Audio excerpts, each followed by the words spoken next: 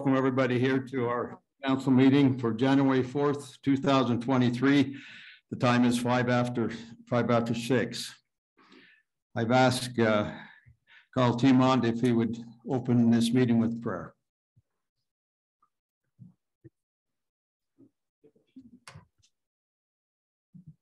Our Father in heaven, we're grateful for this time to gather together at the Payson City Council meeting. We're grateful for this new year before us. We're grateful for the sense of community that we have. We ask you to bless us that we may be able to strive to preserve that community feel, that we may rally around common purposes and help each other out. We pray this night that we may be able to make good decisions for our city. And we ask thee to bless those who are sick or afflicted, that they may recover according to thy will. In the name of Jesus Christ, amen. Amen. Thank you, Carl. Also, I've asked Jim Rowland if he would lead us in the pledge.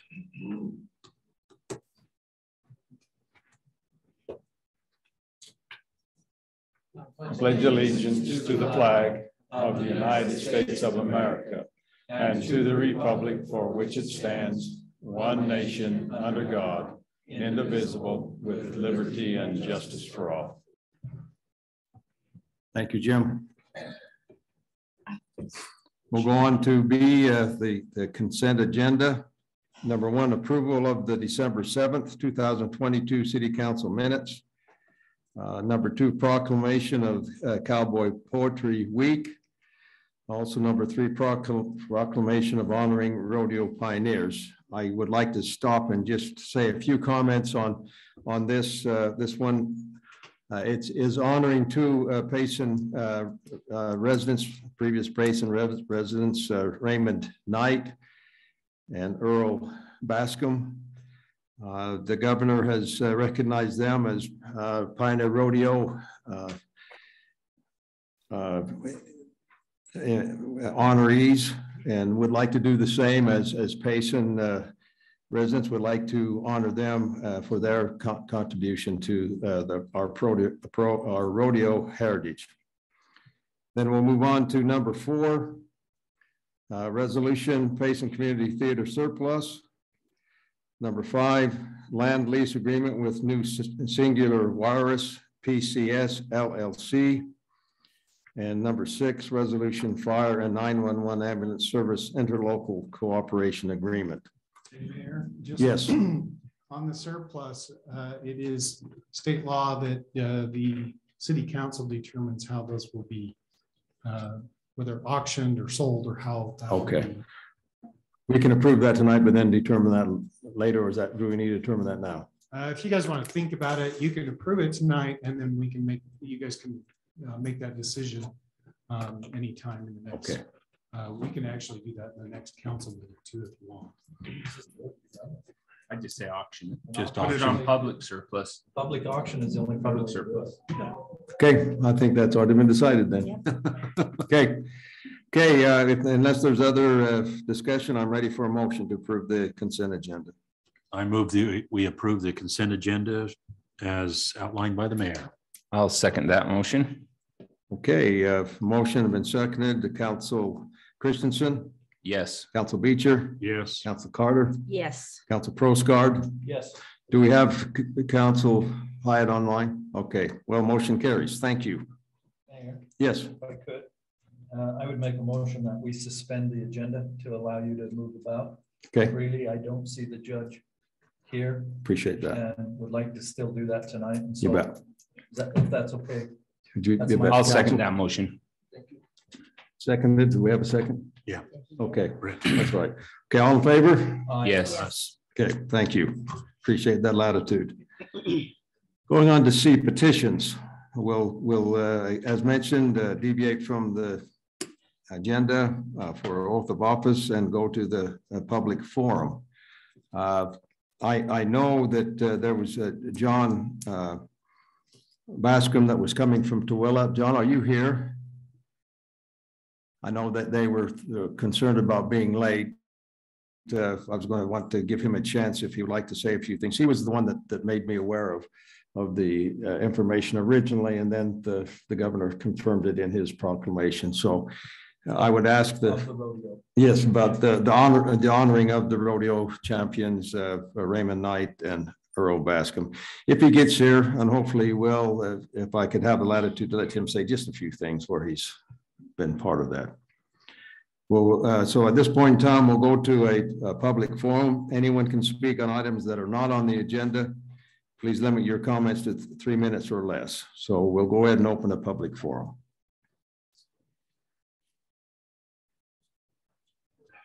Come on up. If you would make sure you identify yourself, we'd appreciate that. Yes, right there. We just lost the camera. Yeah. It's okay. It happens. Now you're down to 1 minute. I'll need much more than that, actually. Wonderful. My name is Benjamin Winkler.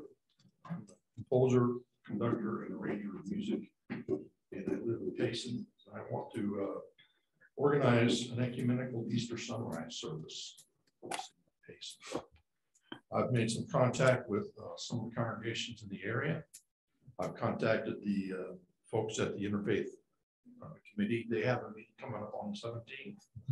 Mr. Mayor, I assume you'll be there for that, presenting the same prospect to them. I have, I'm not up to speed with that, but I did talk to our stake presidency about, I think, this program that you're talking about. Okay. Haven't had a chance to talk to any of the council about it, but I'm glad you're here to explain. The word's getting around faster than I. Okay. I have one page front back proposal that I can pass out. Wonderful. Go ahead. Then I don't have to talk to you. You can just sit there, do whatever you, if I can approach you this way. Thank you. We appreciate you coming. Thank you. Thank you. You betcha. What kind of service are you thinking? Well, service is kind of a misnomer because it's not intended to be religious service. Perhaps a better term would be to call it a musical celebration of Easter. The fact that it's happening very early in the morning lends it, there's a traditional name for the Easter sunrise service. This is more like, rather than a worship service, it's more of a celebration. The term ecumenical seems to have a different meaning in parts of the country. And there are some folks in this area who are not comfortable with worshiping together. And so I do this as an ecumenical thing from my time in the military, very simply as we can acknowledge any of the doctrinal differences that we have as people. We can put aside those differences and share and celebrate the ones that we have in common. Just so you know, this is news to me. I was thinking about something else that I just spoke. So, and then this is fine. I just want to make that distinction. And we do have the Mayor's Interfaith Council as well. Right. And I think you may be talking about the thing that, what's that gentleman's name? I've talked to a number of people whose names I don't know right off the top of my head, so just excuse me for just a second.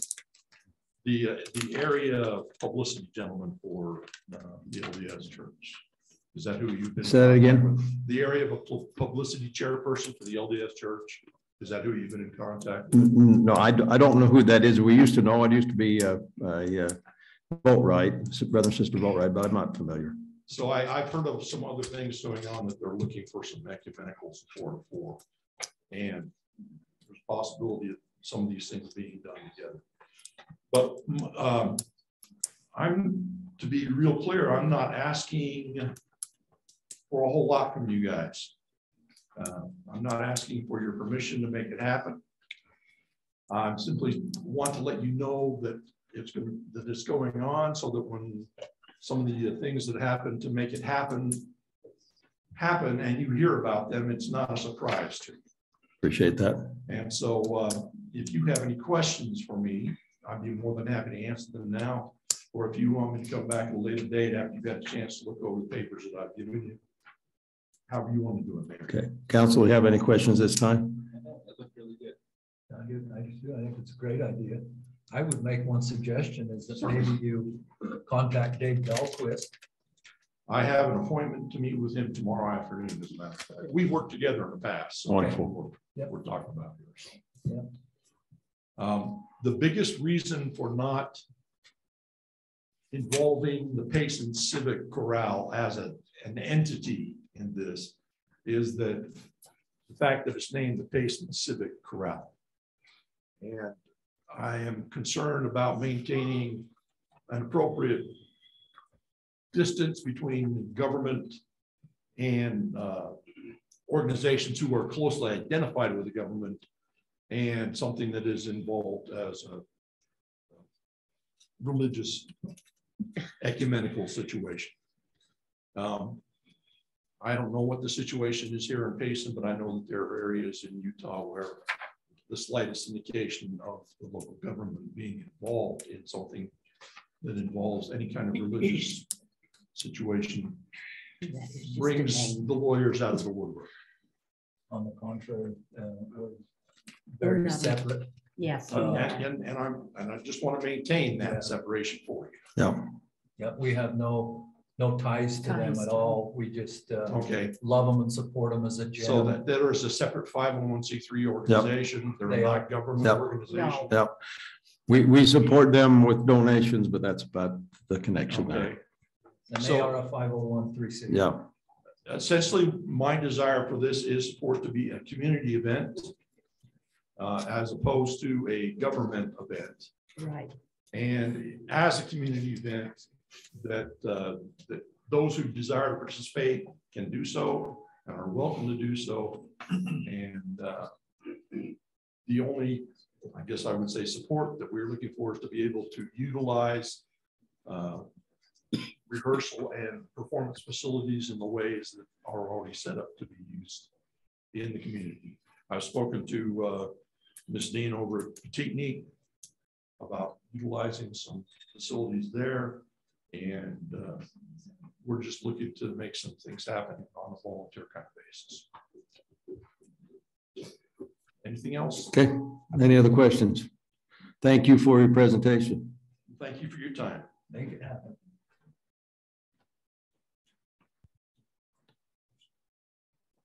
Okay, again, anyone that would like to use this public forum for something that's not on the agenda, we're more than welcome to listen to you. If not, we'll go ahead and close the public forum.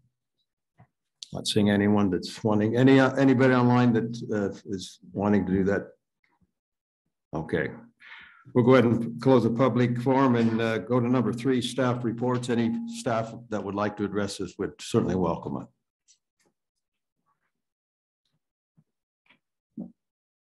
Thank you, Jill.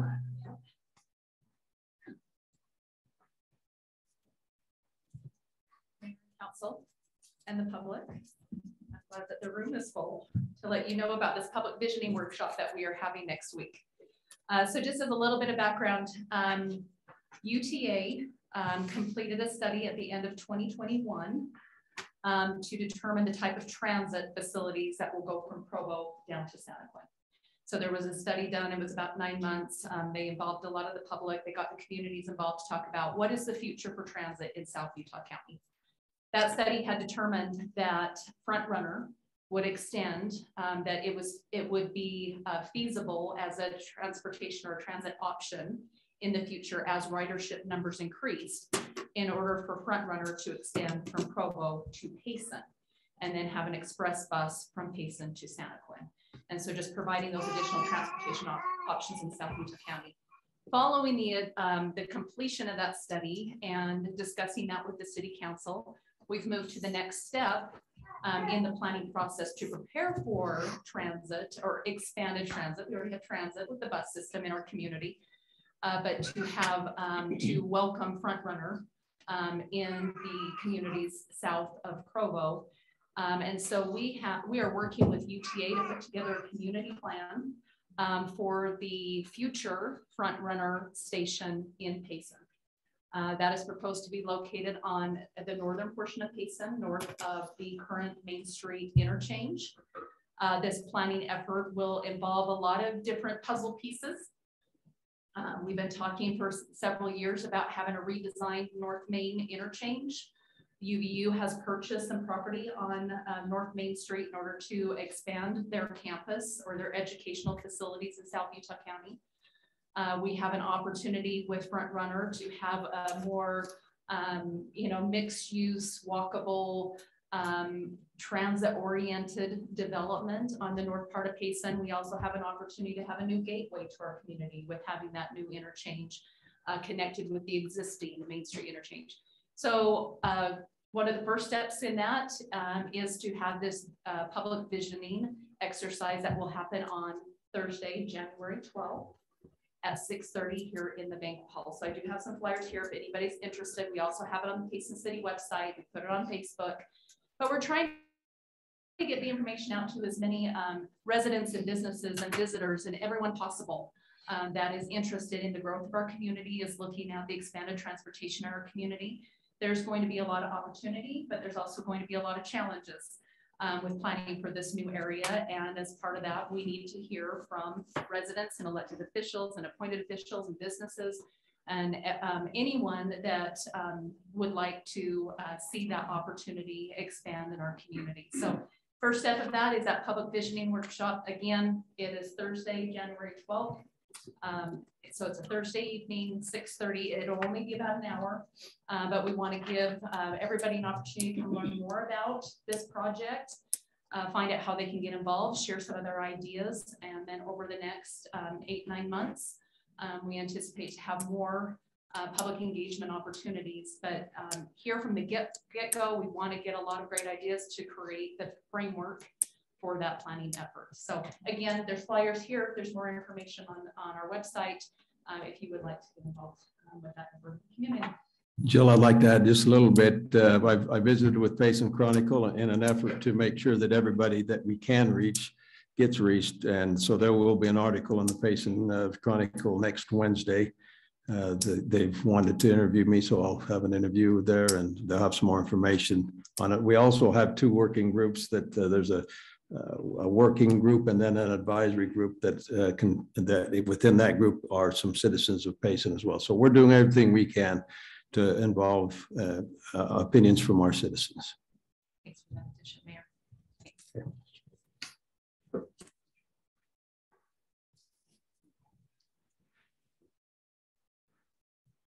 Come on up, Chief. Mayor and Council, it's good to be with you here today. Just a couple of things. We're trying to get our emergency preparedness going again.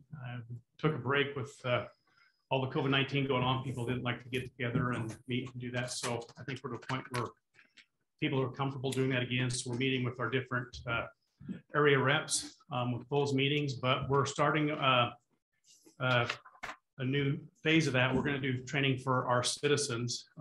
So the second Tuesday of every month, we're teaming with the State of Utah, Be Ready, to come down and do some lectures. So the first one's going to be January 10th, 7 o'clock at Station 91, but should be good. That's going to be the kickoff meeting to let people know what it's about and how it all works. And then we'll add on that meeting every month throughout the year to do additional trainings for our residents. So also we finished up our year for fire medical calls. As you know, every year gets busier and busier for us. Our runs just keep increasing.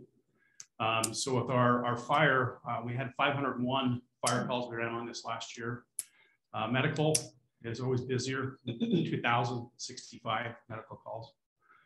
When I started, it was about 40, so increased a lot. We haven't got a lot of new increase on personnel other than we got a new fire marshal finally to help a little bit, but it's a challenge to get new employees. Volunteerism is hard to get.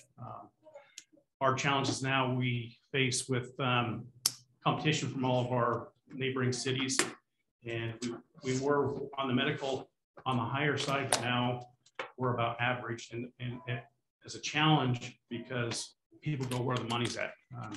This younger generation, it's not about loyalty and I want to do the job, it's what's in it for me. So and we're working on a few things to propose in our budget. So the same thing with the fire. We have a lot of good people, but as they retire and move on, it's just hard to get new people. And you know, we haven't gave a raise to our firefighters in 25 years. And so that'll be one of the things we're going to push this year. We need to get the pay up where it needs to be. So thank you. Thank you.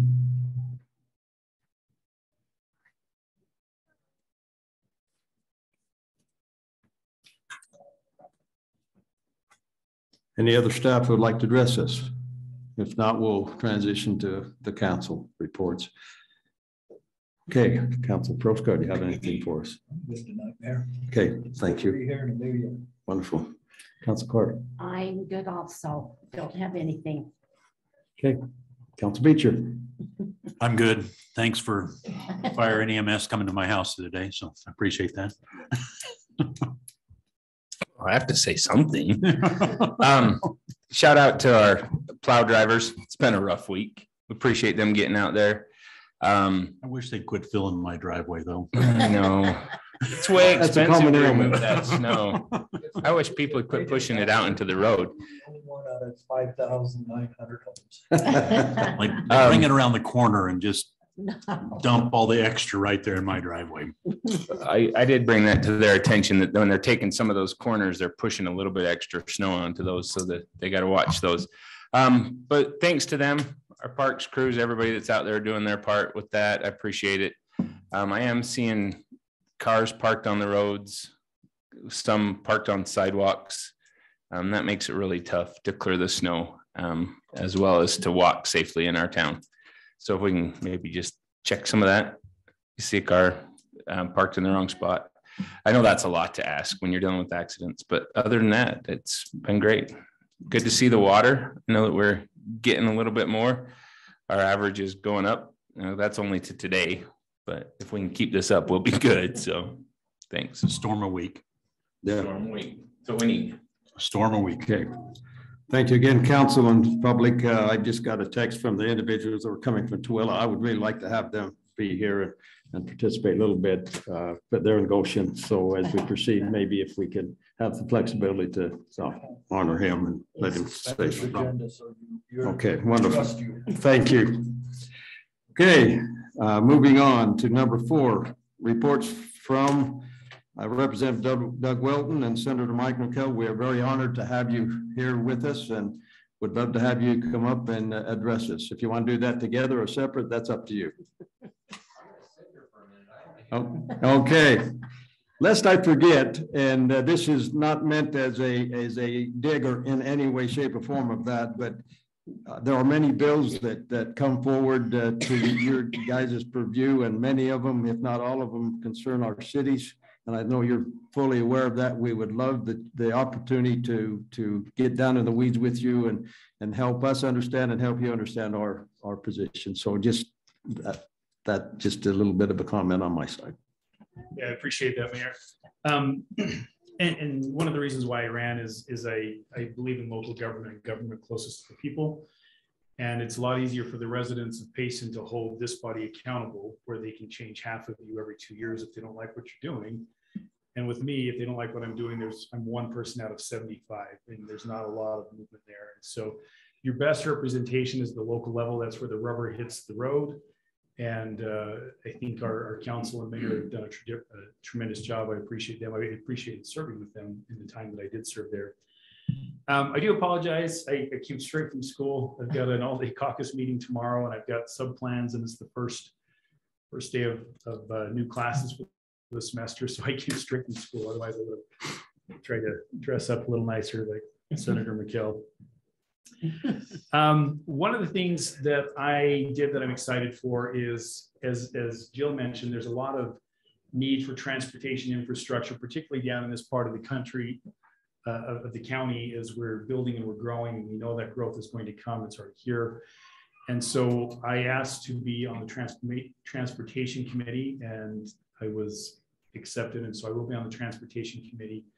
And so I hope to lend an ear to South Utah County that has been kind of ignored for quite a long time, actually. And so we're excited for that. And Senator McKell has actually done a tremendous amount of work on the Senate side, working on some infrastructure needs for Santaquin and Payson. And I'm doing my best on the House side. And so hopefully we can double team them and get some infrastructure needs down here.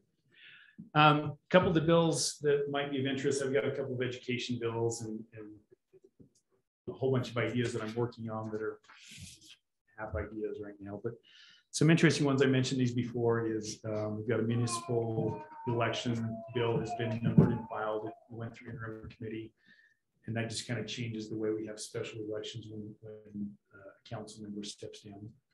And so I anticipate that one passing fairly easily. I had a good meeting with Chief Bishop on a lot of law enforcement issues. We're looking to address some of those. I am now, as a result of that conversation, working on 2 years ago, we had a bill that was a grow your own teacher that was trying to help solve the teacher shortage.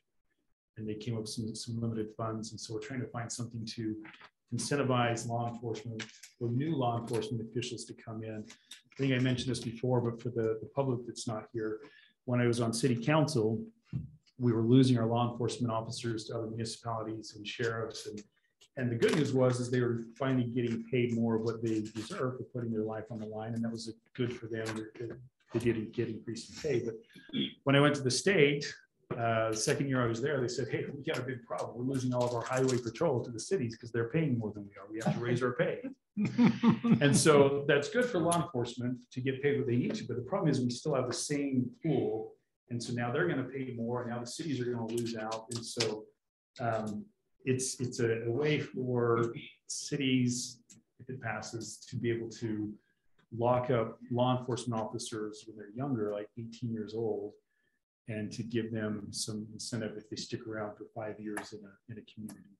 And so we'll see where that one goes. It's new in the discussions, and there might be a lot of holes in it, but that's what I'm working towards that I think will be very helpful for our communities. Yeah, I'm trying to think if there's anything else that's, any questions you have for me? Council? Don't forget the exit. Oh, yes. Yeah. So yes, we're working on the exit. That's part of why we went on the transportation committee is to go to bat for that. I think we'll be able to move Santaquin and Payson both up the list to be much sooner than what they're currently slated for. And so, yeah. And part of our stationary plan is very integral to that as well. Right. Yes. Yes. Yeah. Any other questions? Are you into any bribes? On record or off? No, I'm just kidding. Yeah, He didn't want to hear that. Whatever we could do to get that in there. It just seems to be balling everything up. Yeah, I mean, this will be after the session, but I'm planning right now on inviting several of my colleagues down to salmon supper, and we're going to try to put their tickets to be 5:30. I'll be glad to work with you. We'll Absolutely. See, how their safety is when they're stacked up on I-15. Yeah. We appreciate both of you, and we feel that support from it. We really do. So we appreciate that. Okay, thank you. Thank you, Doug. We might bring you back up if you ask more questions. So Mike McKell from the State Senate, for those who don't know me, I'm actually a practicing attorney over in Spanish Fork. I used to have an office here in Payson for a long, long time. I was the Payson Kiwanis president at one point. So I love your community. First thing I would say, I love serving with Doug Welton. I think he's fantastic for Payson. I think he represents you well. I think he works hard. And I love working with your city and the elected officials and the folks on Capitol Hill. I see your council. Some of the things you don't see. I see your mayor. I see your council every year. League of Cities and Towns. They're up there. They're active on Capitol Hill. I see both your chiefs. I talked to Dave Tuckett, your city manager. They are constantly advocating on your behalf. I've been at the Capitol, so I feel bad that Doug didn't have his suit on. Tomorrow, I'm not going to have my suit on. He'll have his suit on. But we've been up there all day. We had a breakfast this morning, and somebody asked me, like, what's the most important thing you're working on? And I know I've got a hometown crowd here, but I truly mean this. There's no question what our most important issue is down here in the South, and it is growth, and how do we manage growth, and how do we do it in a responsible way. Every spring, I raise horses on the side, and every spring I take those horses to South Valley, the veterinary clinic. There's always something that we're doing with breeding, and going from Pioneer Crossing the South Valley Veterinarian Clinic on your way to Saratoga Springs is an absolute train wreck. Okay. That area grew way too fast and the infrastructure wasn't in place.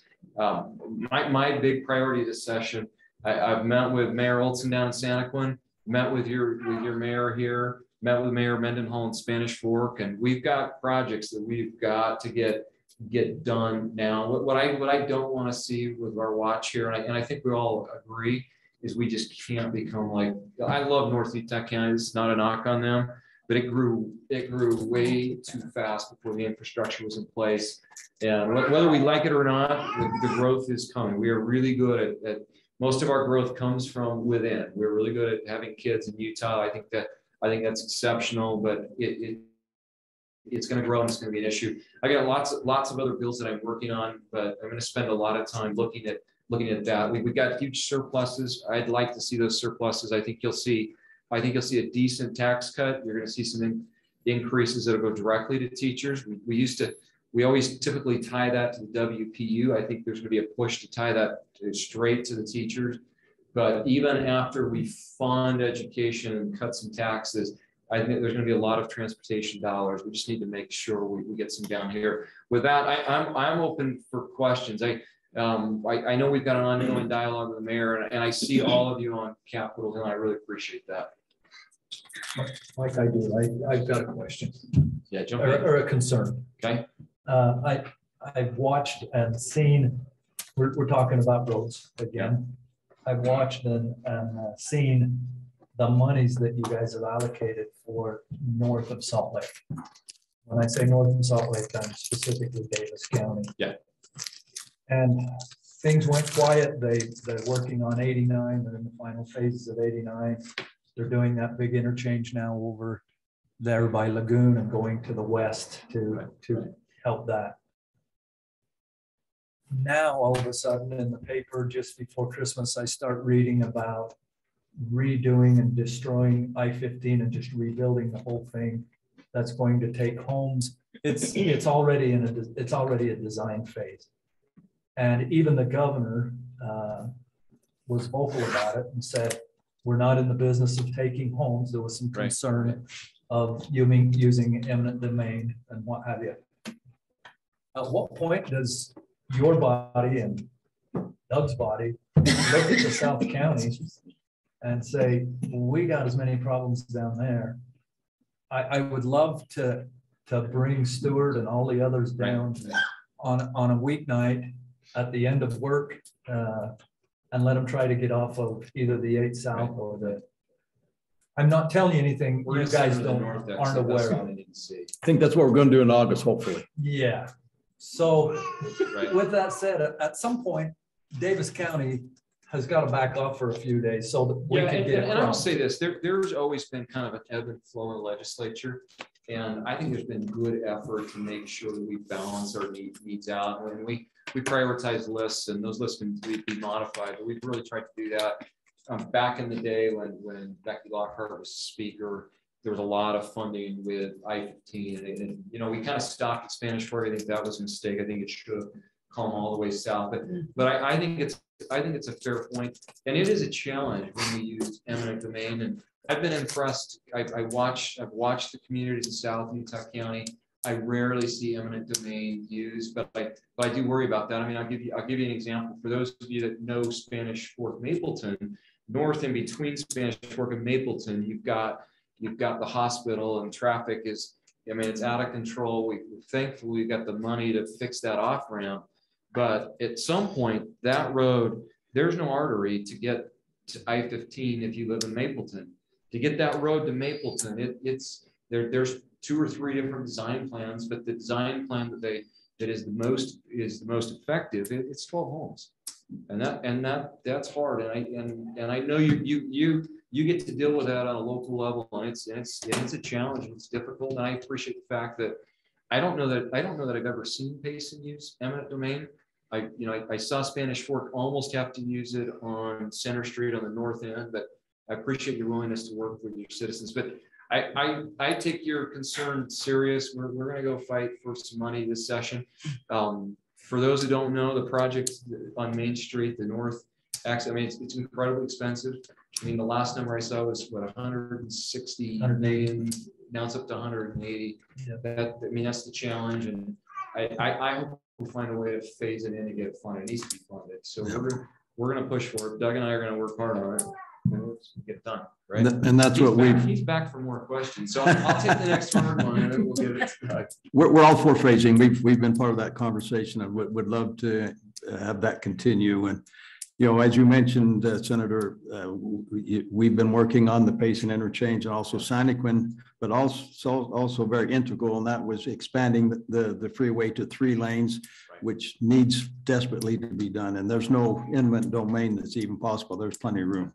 So appreciate you. I look at Lehigh Main Street back in the day as the main artery, and it's eerie similar to Santaquin and your Main Street out right now.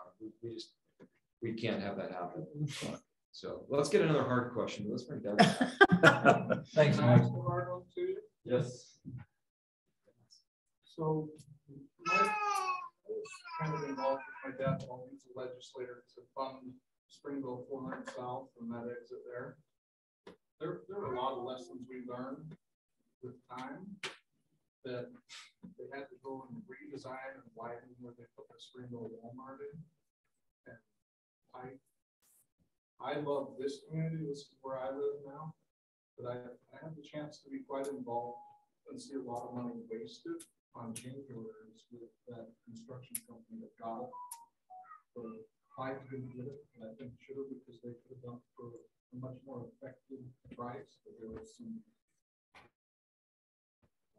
big contracts from the federal government that came in and dictated this because the economy was going down. A lot of things that I absolutely love this part of the community. Spring Lake, Payson, Santaquin. I think. I guess I'm making comments more than questions, but saying we were very involved in trying to bring the rec center and all that overpass on 400 South, and there were silly things that the planning commission did to this day. They've got to turn around and redo it in Springville just because the traffic is so horrible on that exit that Mike was referring to. And if they would have just had the planning commission vote not to do trees down the middle, they would have had about $80,000 to $100,000 for each business along the way from the federal government and access on the state roads. But the planning commission in Springville, as much as I love Springville to death, I've been very involved in that city. Instead of taking the trees that we had already planted in pine trees on that 400 South Road, 25 to the 5-lane road, they cut them all down, put the trees in the middle, just move the bricks and asphalt, and cost them tons of money. In addition to having to redo both of the single point interchange things. So my suggestion would be all the businesses really involved as you get that federal, because that way, if they would have listened to some of our initial proposals, each business could have had a way better access, way better traffic flow now, as it's all plugged up like not the same, and a lot more quality right there by the rec center. We were all trying so hard to get a really nice rec center. My dream is to see a better rec center come down here for this community, the high dive and swimming. One of the advantages that we have is we got pristine land around it, so we can build it from the ground up. We won't have to deal with some of those things that are really hard to deal with. So appreciate your comments. Do it right the first time. There's so much money in this. Yeah. Thank you. If I could just say 2 things real quick, and then Mike says he's got a great response, so I'll let him take the mic. It's great. Mike's always got a response. No. Yeah. First off, to back to the previous hard question is, in my conversations with the speaker, his continual statement is, it's Utah County's turn and you've got one chance to get it right. So they're very aware that we've got to get it done. We've got to get it done right. And now is the time before all the growth, or as the growth is coming, So as far as like the growth down here, like they're very aware of it, and I feel good about it. To the local issues, one thing that I was very proud of during my time on this body right here on city council is that we went to great lengths to get all of our general plans and all of our master plans were all done at the same time, because we knew that this growth was coming in. And so you didn't build a road and then come in later on and say, oh, just kidding, it's not big enough, we need a bigger pipe under the road or whatever it is. And so I don't know if that's going to solve all the issues. You know, there's always some difficulties, but I feel really proud of the work that was done here in the city and with our staff to make sure that we had all of that done, because we knew that the growth was coming. And so kind of measure twice, cut once. And so I think it'll be good, but I appreciate your suggestions. And I just want to add, I mean, and everybody in this room gets it. We have a finite amount of money available, and that's where it's hard. And we push as hard as we can on front to make sure projects are done right the first time.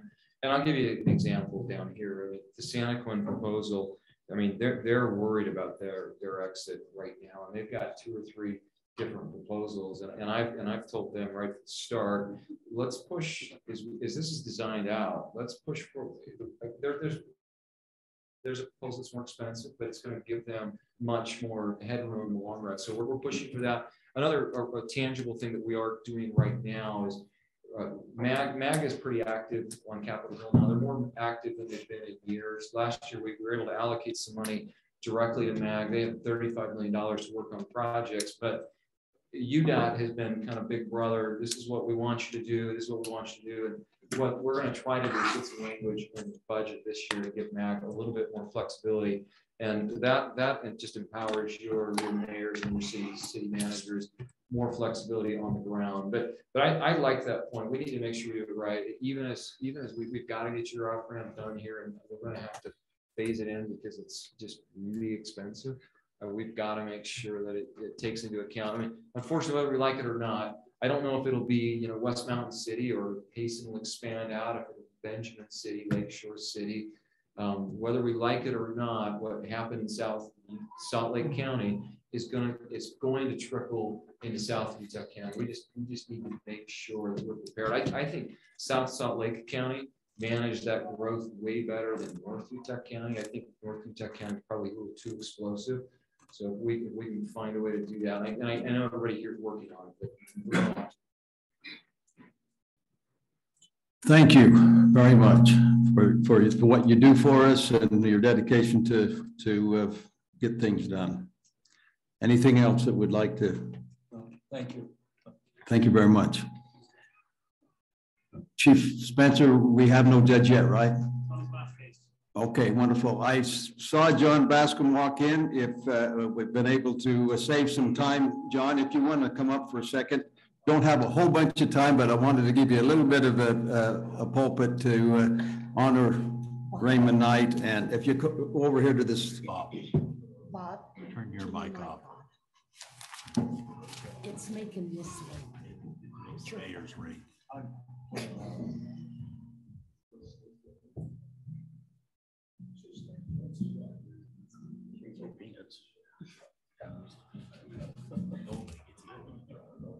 Well, I guess we'll start here with two cowboys from have connections with Payson, Raymond Knight and Earl Bascom, and they contributed to the sport of rodeo worldwide. And Ray Knight was born here in 1872 and then moved to Canada, Alberta, and started the first rodeos up there. And he came up with the name of Stampedes for rodeos, like Calgary Stampede, Raymond Stampede, which is used all over the world now. And Earl Bascom, he developed some of the great important pieces of equipment for rodeo, like the bareback rigging and the harness saddle, and bucking chute. And he had a connection here in Payson. He had an art studio here back in the 1970s. And that's my father, Earl Bascom. Anyway, I think the city has done a good job in trying to promote their names and keep their legacy here alive. So I want to thank you, Mayor. So very good. Okay, thank you. Thank you. Thank you for traveling from Tooele. All right. Sorry. Thank you very much. Appreciate it very much. Thank you.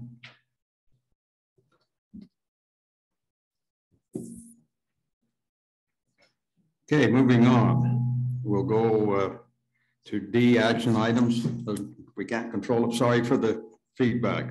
Push your microphone further away from you. Okay, I'll try that. It might not work, but we'll try it. Okay, we'll go on to action items D.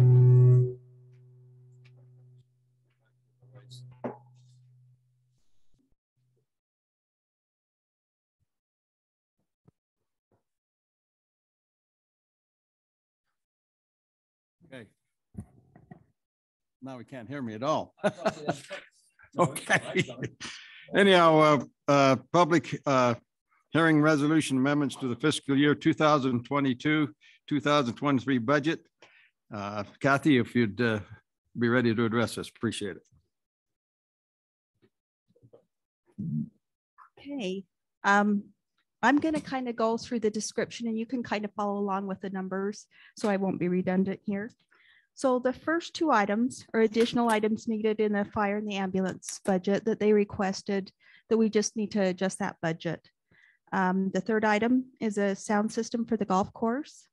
The fourth is to reimburse the landfill department for removing a tank from the sale of property.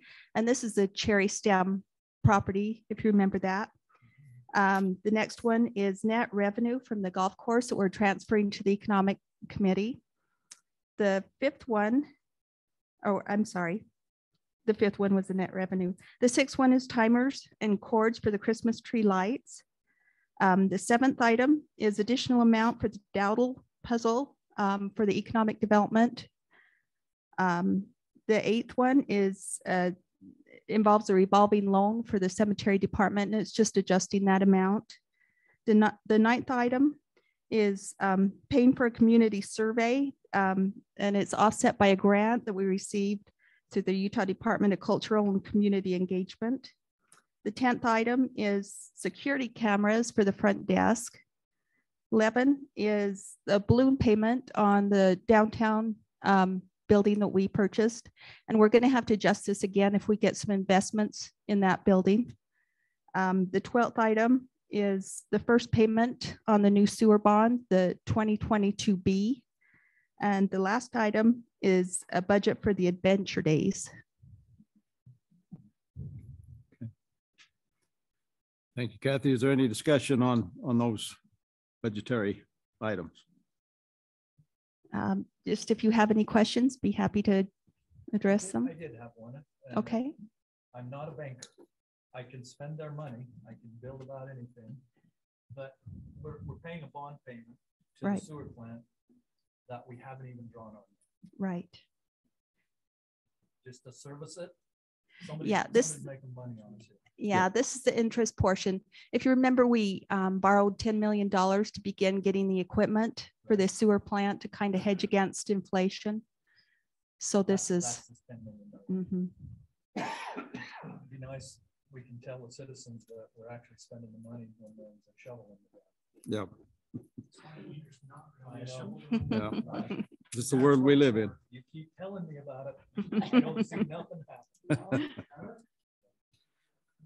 Okay. I just wanted clarification. Unless there's any more questions for Kathy, I'm ready for a motion to open a public hearing. So moved, Mayor. Okay, we have a second. I'll second it. Okay, we have a motion been seconded. All in favor? We'll go with roll call vote. Council Christensen? Yes.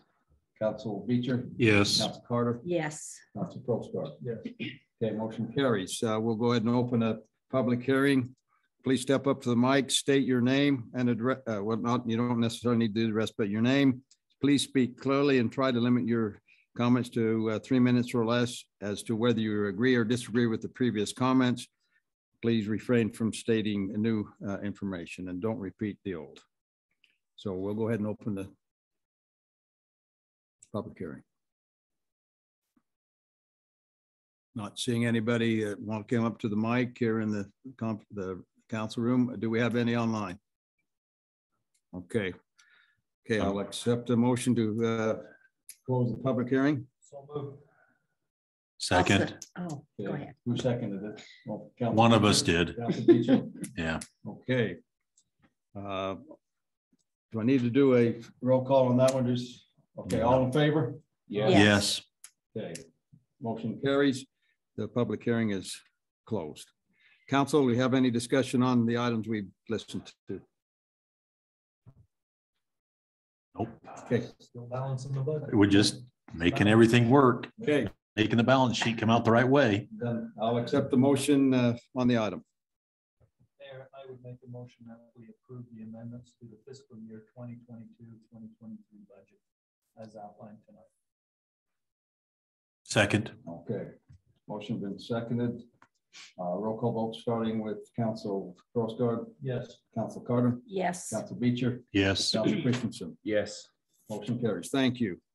Moving on to another public hearing ordinance updates to the impact fee facilities plan and analysis for drinking water, pressurized irrigation, and wastewater collection system. Travis.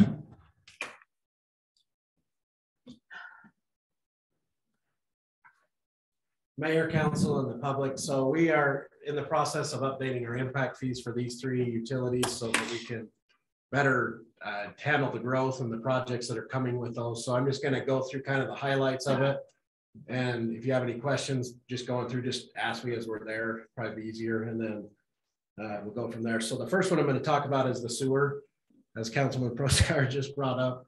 So our current impact fee is a little over, is almost $2,200 per ERU, so equivalent residential unit. It's proposed to go up to 4,612. And then what I've done is listed the projects. I don't necessarily going to read all those, but you can see them. So that I listed the totals. These are the totals that are actually in the impact fee report, so that it, you know, that's how they use to calculate that impact fee. Obviously, the biggest one is down at the bottom, which is the 40+ million of the sewer plant that's eligible for the impact fee for the growth. That number actually may need to go up in the future, depending on how that comes in, but that we'll adjust that at another day if we need to. But it's, yeah, it's getting expensive, and we actually have ordered equipment. So that is what some of that 10 million has gone for. So I don't know if you have any questions on the sewer, but yeah, it is going up. But the biggest part of that was so that we could get the plant in there. And then there's a few projects obviously too that are in there. So How does this compare with other entities in the area? You know, I don't even look at that anymore, because we honestly need to do what we need to do. And just curious, you know, but everyone's has gone up. I mean, especially with sewer plants. And we've been way low. Yeah, we have. that's why I asked, because to me, the $2,200 looks low. Yeah, Salem is, I mean, on average, I think in the mid-20s for, you know, their impact fees per unit. So we definitely have been low. I would like to recognize the lady from Utah Home Builders Association. We appreciate you being here. And I have sent these to her. She has seen them. Yes. So I did that diligence of giving them to them. So. Thank you. Okay. Council? She has the comparison. Yeah, we wouldn't mind seeing it. I would love to see it. Okay, come on up if you wouldn't mind. And I think as I looked at 2 or 3 of them, Travis, of the other communities, they, particularly Spanish Fork and Salem, they both just recently completed sewer projects. Spanish Fork was well over 100. Yeah. Spanish Fork is up to 134 million on their plant. As the last time I asked their public works director. So I think the comparison is in relationship to those communities rather than the communities that haven't begun. Yes. To update. Yeah, like Santaquin and Salem have already done their plants, so they've already accounted for that in their impact fees. But like Spanish Fork and Provo and some of us are all in the process of doing this, so they're going to go up dramatically. this is a real rudimentary explanation, but the impact fees, the reason they are there is so the citizens that are in the city do not have to withstand the cost of growth. Yeah, so the developments will help pay for this rather than our, our utility fee. And that's basically the basis for just for the public, if you're not aware. Yeah, and this is just a quick map of what those projects are. I know it's a little hard to see up there on the screen, but basically these projects listed on the future projects match the projects listed here, just so that they were kind of, rather than just a name, I kind of want to show you where those were. But and then going to the culinary, the drinking water system.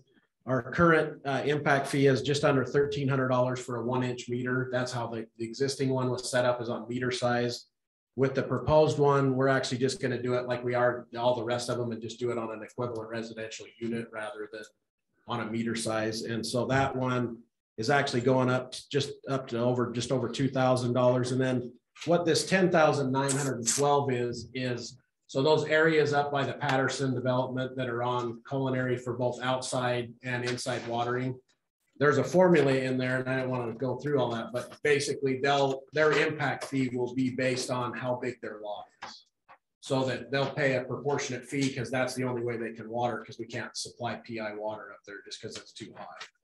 So that's why it's per acre up there. Obviously it's in this number, but that's not how they'll be billed. And then same thing, I just listed a bunch of projects. We're paying for the existing water tanks. We've done these 2 transmission lines for the PI system, or the culinary system on here. And then obviously the Red Bridge well, which is under construction right now, that we will take over. And then obviously there's a lot of projects on here. And same thing, I know it's hard to see, but this is the kind of a map of all the different projects that are listed there. So there's like a new water tank on the south end down by Spring Lake. At some point we'll have to obviously site that.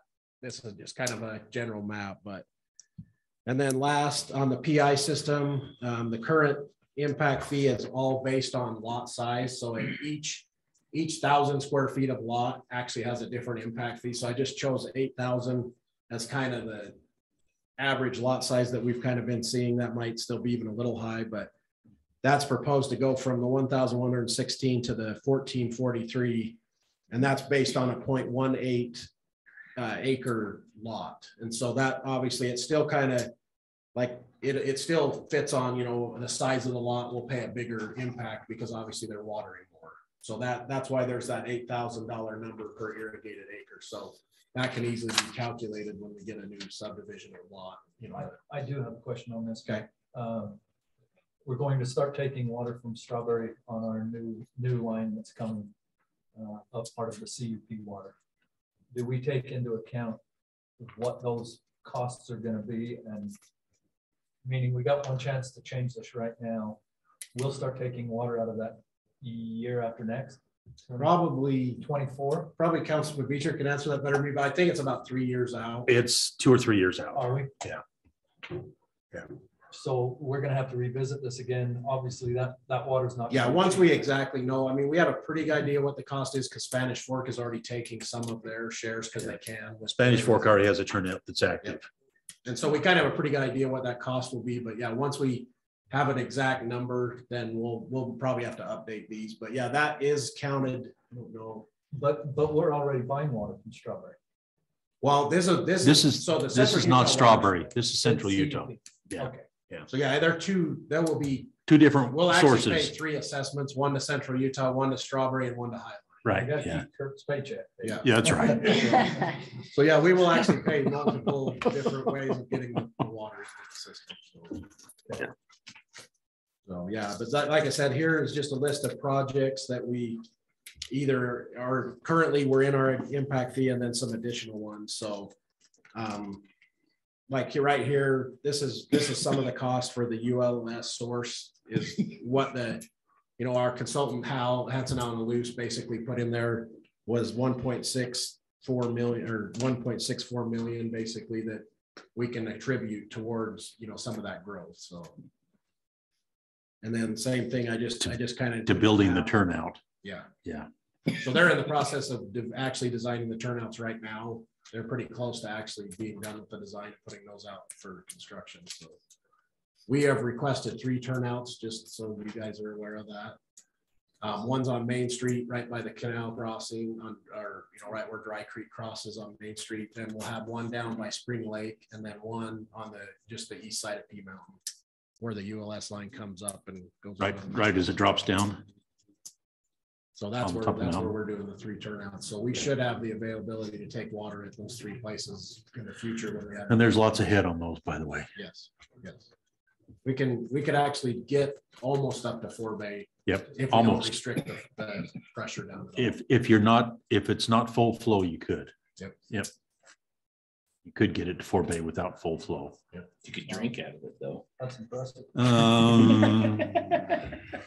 So that's all I kind of Not a lot wanted of to head go over pressure with, just those cross comparisons and kind of what was included. And then, you know, if you guys have any questions, I'll still be up here, and I know you've got the public hearings.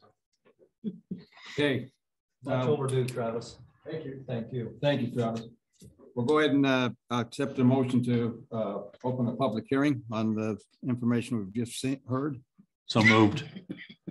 I'll second that. Okay, we have a motion and seconded. This one calls for just a voice vote. All in favor? Yes. Yes. Okay, motion carries. Same instructions as the previous one. Step up to the mic, state your name, and speak clearly. Time limit of 3 minutes or less. Whether you agree or disagree with the information that we've been given. And please don't state new information and don't repeat. So we'll go ahead and open the public hearing. I kind of expected that.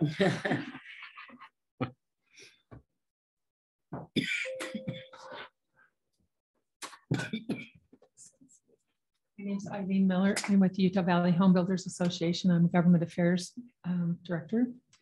And I just wanted, with the information that you received, what we're finding is with the growth that's coming this way in Utah County, the big issue is that cities that don't have their main skeleton infrastructure lines in, their costs are going to be a lot higher. It's just inevitable. And then the cost of everything is a lot higher now. So when you look at the comparisons, say like Orem, for instance, you know, they've had their infrastructure in for a long, long time. They're almost completely built out. And so they don't have the big trunks that they have to put in for any of this stuff. That's the biggest difference that you'll see in these numbers. And when I put this graph together, I have had people at the different cities submit based on the criteria that's down in the lower right-hand corner. We figured that's the average of 10,000 square foot lot with the average cost of, almost can't even say it, $700,000 for a home, for an average home. I mean, it just pains me to say it. But I just want to remind everyone that from the home builders side of things, the impact fees that do come up are generally passed on by the builder to the purchaser. Mm-hmm. And that's what's driving a lot of the costs of homes up. And I still want to remind everyone that when you have 2 people, they have 5 children, they want to live close to grandma and grandpa, mom and dad. And so we have 40% people moving in from out of state or from other locations. But our largest amount of growth is still our own families. They can't afford to get into a single family home. So there's been a lot of drive and push to do multiple family dwellings because even with the ADUs being across the board now, what you've got is one of those 4 children and their spouse and children might be able to live in your ADU for a little while, but your other 4 married children with their children have to live somewhere else. So I just wanted to remind everyone that is something that people seem to skip over when they're criticizing, oh, I'm here now, you know, no more growth. Well, you had 5 kids and they're going to get married and have families. So anyway, that's all I have to say. Thank you. And by the way, Travis has been wonderful to work with, and I appreciate him sending this ahead of time. As we went over the numbers and stuff in it, we don't see any way with where you're headed, the growth and everything, that things can be circumvented. So we completely understand, and we're not in the habit of endorsing the IFAs or the IFFPs, but we didn't find any discrepancies. Thank you. You're good. Okay, thank you. I do have a quick comment though. As her comment was there and I was looking around my own neighborhood and talking about, well, everybody moves out, they're living in an ADU. I see a lot of big houses with 1 or 2 people in them, the empty nester type. Is there something legislative we can do to maybe incentivize those people? Hey, why don't you move into the little tiny apartments and free up the single family homes? That's the other end of the spectrum. Now I know that's not a possibility, but I've got 2 people sitting here that might actually have some power that way. That I mean, food for thought. Instead of approving ADUs, there you go. That was my 2 cents. Okay. And I would remind all those here and for the general public, we are doing our best to provide multiple, sometimes a bad word, high density. Multiple options, Mayor. Home. So we're doing our best to take care of that. Okay, council, any discussion? Oh, I guess we need to close the public hearing. Any other public who would like to take advantage of the public hearing? I move we close the public. Here. What's that? I move we close the public hearing. Okay. And I'll second it. We don't have anybody online, right, Kim?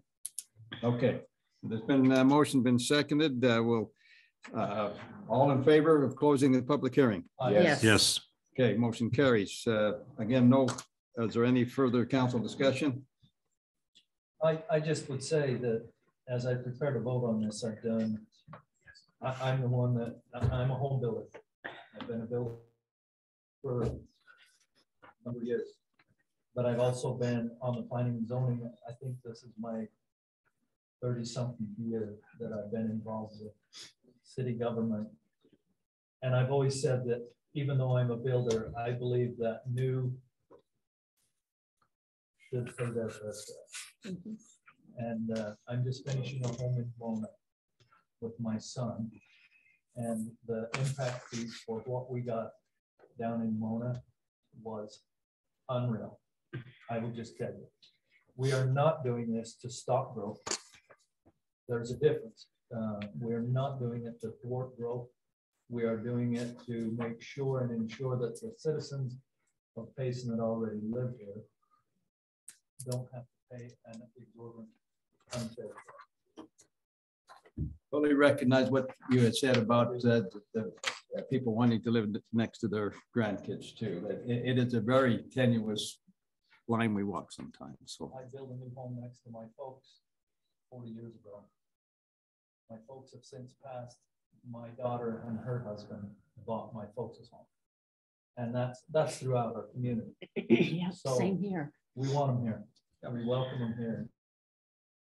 But there's also a fair balance. Okay, I'm ready for a motion. And if there's no other comments. We did it already. No, we didn't do the motion. Okay. I'll make a motion that we approve the updates to the impact fee facility plan and analysis for drinking water, pressurized irrigation, wastewater collection system.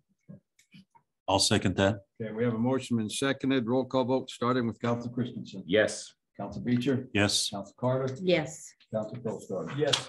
Thank you. Motion carries. Mayor, Appreciate the input. can we swear in the fire marshal now? He You is bet. on call and he's worried that if he takes too long, he might get called out and not be able to be sworn in. Do we have the judge? We don't, but Kim can do it. See if this will work. He's consented No. to Kim doing it. You want yours back? No. Just turn it off. Turn it off. Yeah, it. Okay. So are we ready then? Yes. Okay. Still is. I'll stay back from it. The other mic was better. The other one Was it better? Yeah. Then I'll shut.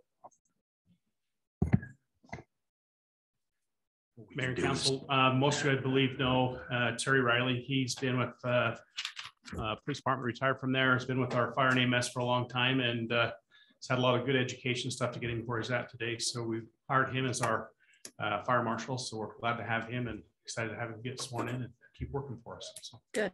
Good. No, he's the fire chief. He's the fire marshal.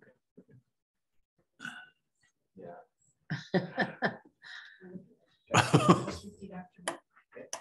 solemnly swear I do solemnly swear that I will support, obey, and defend that I will support, obey, and defend the Constitution of the United States, the Constitution of the United States, the Constitution of the State of Utah, the Constitution of the State of Utah, and the laws and ordinances of Payson City, and the laws and ordinances of Payson City, and that I will discharge the duties and that I will discharge the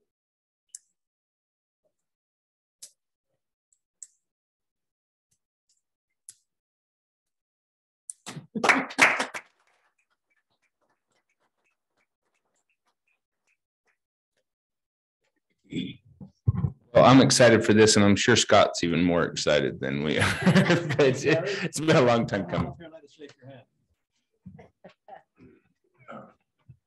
We'll just do it over the table. How's that? Yeah. Congratulations.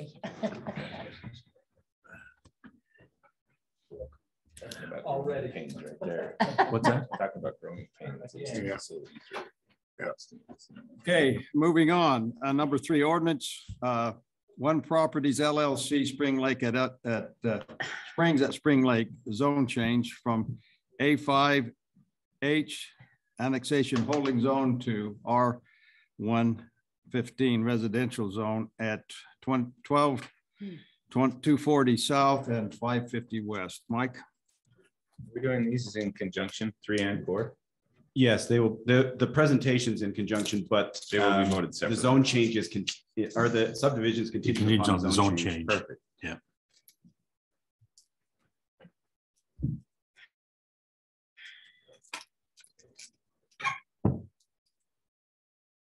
So this is the Springs at Spring Lake zone change and the preliminary plan. To give you some context, let me just zoom in on this map for you.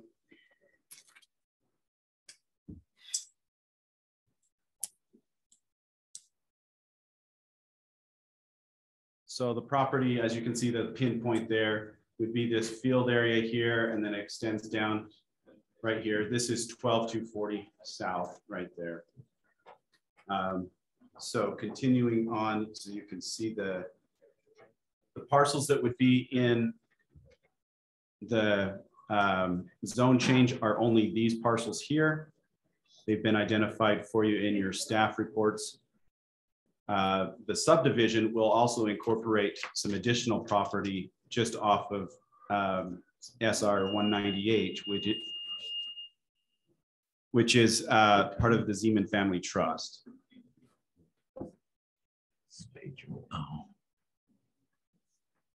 So tonight, the applicant seeking both zone change and a preliminary plan approval. You saw the layout there. We can go back to it if you want to look at it again, but it's a 35 lot single family home lots. It would be consolidating these parcels here to create those 35 lots. Each lot is equal to or greater than 15,000 square feet. What is that in relationship to acres? It's about a third of an acre. Third of an acre. Okay, thank you. Approximately a third of an acre. And then the zone change request would be for not quite as many as I mentioned with the map, would be for these 4 parcels here. Currently, the zoning is the A5H, as the mayor stated, the annexation holding zone.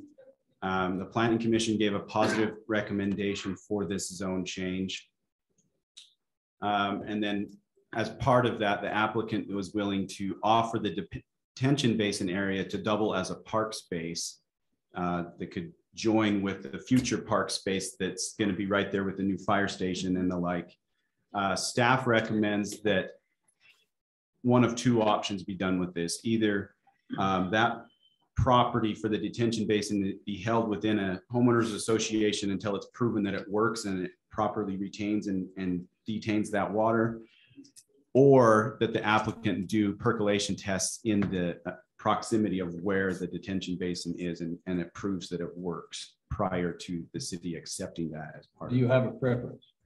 No preference. Engineering wise, either one works. Right. Okay.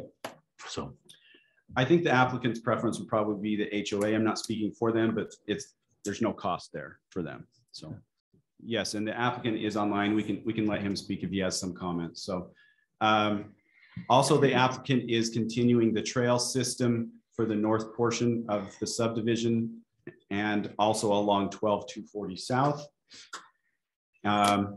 Comments made there also is that the applicant will continue to work with staff through final approval onto the final plat process. Few directions that was given to staff and the applicant from the first public hearing meeting we had at the Planning Commission back in October was these bulleted points here. One of them was that the applicant was instructed to work with Payson City on the possibility of a road extending northward from the western side of the subdivision, and I'll show you a map to give you reference to that, and then exiting out onto 1900 South. City staff was not in favor of that, and I'll show you why. So this is approximately the proposed road would go right here at the end of the detention basin area and then extend up north to 1900. This is overlaid with the future park and fire station. So as you can see, it would go right through that property. And that's the reason why staff is not in favor of that proposed road. Payson City was also instructed to address whether or not another access onto SR 198 was a possibility. And our staff met with UDOT to discuss that, and UDOT was not in favor of that without significant cost to the city and or the applicant to purchase additional property to put in an access down near that Y intersection, I guess you could say, on that. I don't know what we call it. The Y intersection on the western side of the development there. And again, I can show you that map if you want to see that. So for example, it would be right down in here would be where the potential additional intersection could be possible for UDOT standards, because I believe, Travis, is it? It's where the existing road is going straight out. Oh, so you're saying straight out right here? No, down south. Well, off the map. 12,240. Oh, 12,440. down on 12,240. Yeah. The problem is it's a limited access road. And so you have to have a certain distance between intersections. And I believe it's what, Travis, 660 feet? Is that what? Depends on the speed of the road. Okay. Yeah, because you're up to 55 miles an hour here, so it's quite. It's quite a distance. Yeah. Yeah, even if the speed was reduced, UDOT wasn't in favor of that.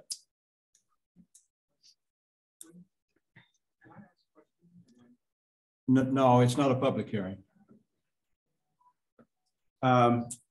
Also, the applicant was instructed to work with neighboring property owners. I'll let him speak to that if there's any comments on that. And then at the December Planning Commission meeting on the 14th, Planning Commission gave a positive recommendation for the subdivision preliminary plat. And then finally, one other thing that was requested was for the applicant to work with Utah County and verify that access onto the 12240 was a possibility. And the applicant obtained this letter from Utah County.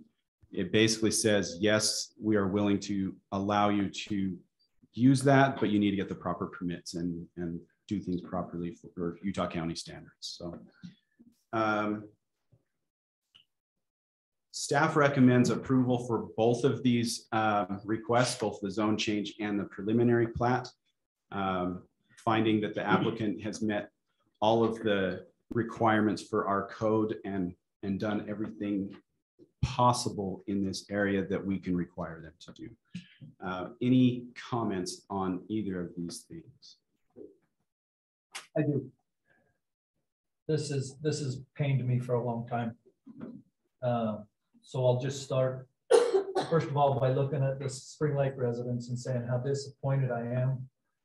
Payson City laid all their cards on the table with you guys and funded in our current budget 120 or 30, 165. Let's just say north of $150,000 of city funds to do a study on your behalf on what was going to be the best for the growth down there. we were ready to begin. And now I get told the other day that you requested to become a township or whatever. And you're out politicking and pushing neighbors to join. And that it's okay, because I'm not going to be resentful in my vote, but I'm going to tell you I'm disappointed in each of you because I've met with you face to face and not one of you ever told me that you were working on this. I favor the zone change because I think on merit, it is a wonderful project. But I also am frustrated that we asked the developer to find an alternative no matter what, because 12-400 is a dead end to the east, and it is neck down by the pond and the pristineness of that pond that I still love to go out and enjoy time by. And it's what keeps Payson. With that said, I favor the zone change, but I'm against the subdivision. I just am vehemently saying I do not want to see a road no matter what happens. Go on to 12-240. I look at the traffic flow. I've studied the map for ever since Kim sent it out to us last week. And I don't see a change of what we asked as a council. I know it's met staffs, and I appreciate all the hard work that staff has done, and it meets staffs and the city ordinances and requirements. But it's a legislative decision, and that's what I was put here to do, is by the citizens make a fair and just decision on what my heart tells me is the best for everybody. And dumping a road out onto 12-400 is just not in the best interest of Payson City. Thank you. Okay. Okay, any further discussion by the council? I would like to hear from the developer. We asked him specifically, I know he's online, why he did not. I know he sought different options, but he still keeps coming back with dumping it on the 1240. And I believe we were very clear, at least I was very clear that I did not favor, and the council's free to vote. I know where my vote is. Rob, do you want to address the council? Sure. Yeah, I feel like as the applicant that I did follow through and with the recommendations that you gave to find an alternative. I mean, there's no question in my mind, or I think Payson City staff's mind. Rob, could you pause just for a second? We've got a level of a volume issue. Volume problem. Oh, yeah, whatever you need. Is that better? We good? No.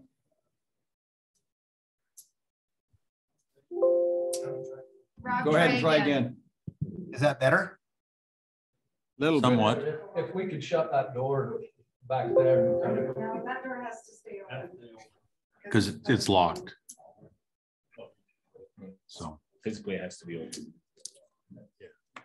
All right, that's just, I can hear him pretty good. Just speak loudly, Rob. Okay. Well, I didn't see who was the councilman. Was that Bob? Yep. Okay. I have to disagree because I feel like as the applicant, I have gone above and beyond in trying to find an alternative for this subdivision. We have met with UDOT. Payson City Administration has met with UDOT. We cannot go to the west. The neighbors wanted me to go to 1900 South. We can't go to 1900 South, you know, because there's land there that's already been dedicated to the city for a city park. I mean, I guess I could build a bridge that would go over all of the neighbors' houses, you know, which is unrealistic. But I mean, I do meet the requirements. I do have 2 accesses into this subdivision. There is no question that I have 2 accesses, 12240 South and then the one going to the north. There is no other alternative in my perspective of where we're going to put a road to satisfy the neighbors.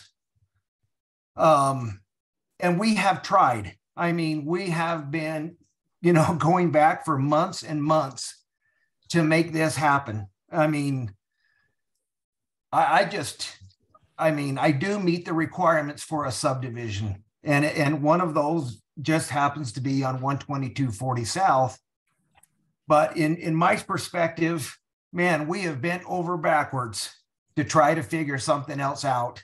And there's just no other way. Okay, I mean, council.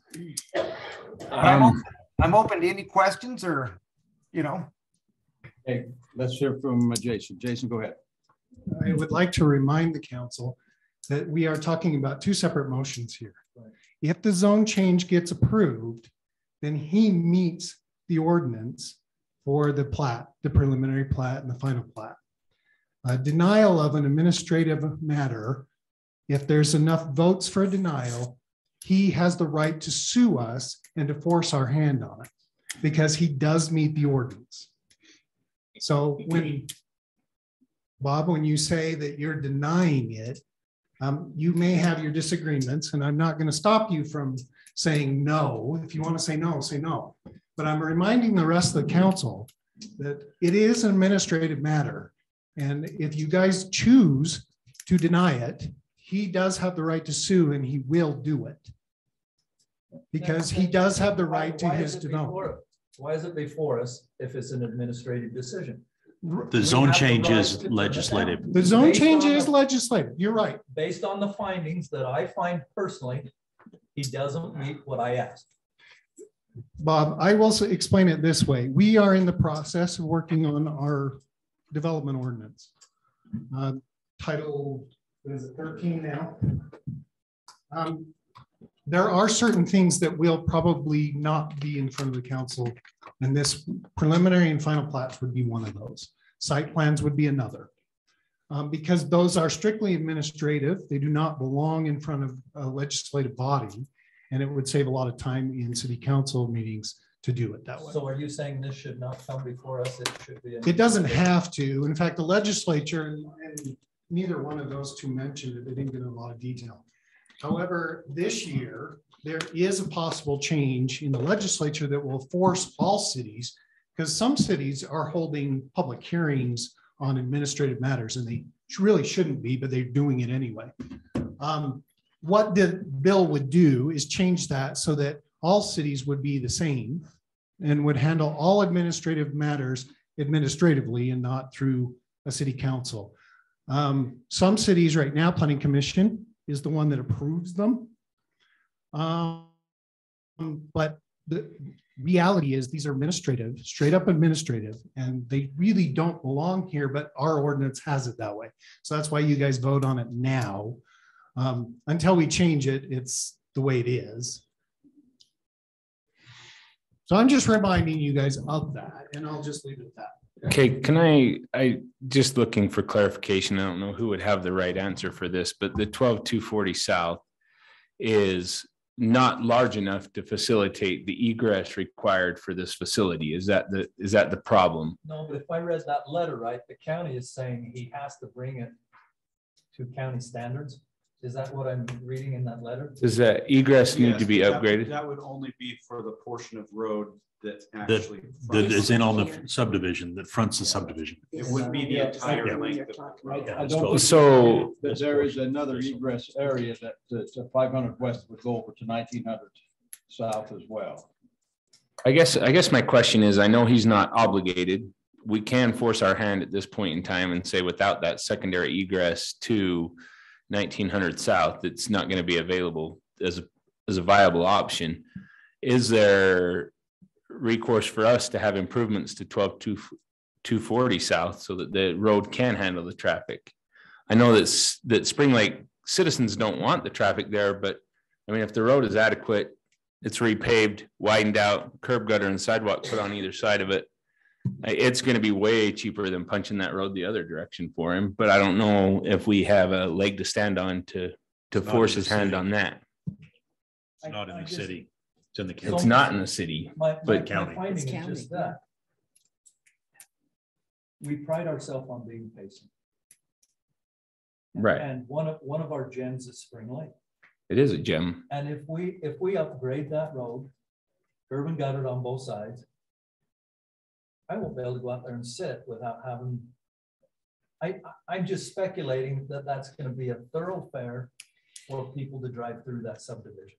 And maybe that's not a fair assessment, but it's another point of egress that people can come and go from on a very sensitive road.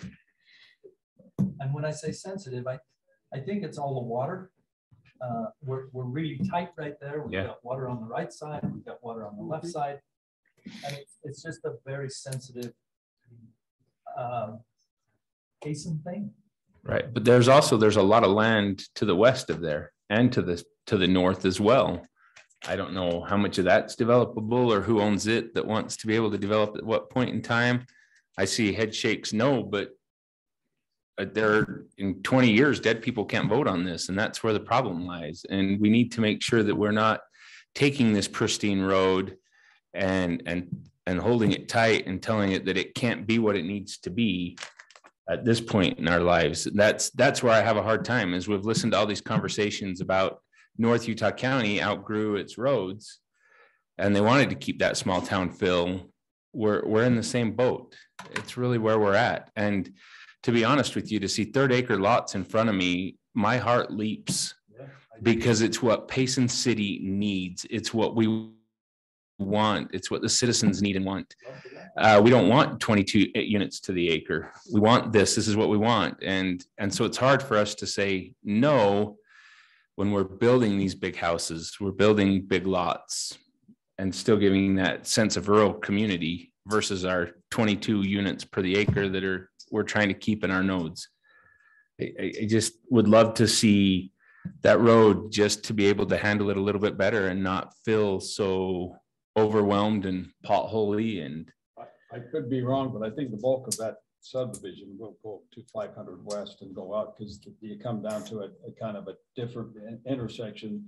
Eventually that 1900 is going to be signalized. And if we could force the signal onto it right now, I can guarantee 99% of these people are going to go that way because they want to get to the signal. They want a light. It's not going to happen tomorrow, but it's in the works. It's right. part of the plan. Yes, and growth pushes those, and so I'm with Bob. It's very tough, and some days I'm not enjoying being in this seat. I'm not gonna lie. It's as I look out and I'd like to hear what go. I want to bring you back to a discussion that you can have within your purview as legislators. And what you're really talking about is timeliness. And that's a legislative decision based on the zoning. So if you're feeling that there's a timeliness issue, you need to be talking about that and about the zone change, not necessarily the subdivision. Does that make sense? Okay. I'm not here arguing one way or the other. Staff has made our recommendation based on all of the information and all of the data that we've been provided in all the meetings that we've had. But you're having a discussion about timeliness, and that's where it needs to lie from your standpoint. Okay. Council, any further discussion? If not, I'm ready for a motion. Have the property owners on each side of that road on 12240, the Jensens, have they given their 2 cents? Well, there's been public hearings, more than one public There's hearing. been several public hearings. Has there? Well, back when I was in the planning commission, I did like 2. And they were okay with that road. Just a second. It's on the record. No, they weren't. No, but to the south and the Spring Lake folks. No. Okay. To the north, they're all mixed units right now as it is. So yeah. I don't think there's as of right now, and this was mentioned earlier, Spring Lake has filed for incorporation. They do have quite a bit of area that takes up all the way to the border of this. as proposed area, and all the way out to the west of the freeway.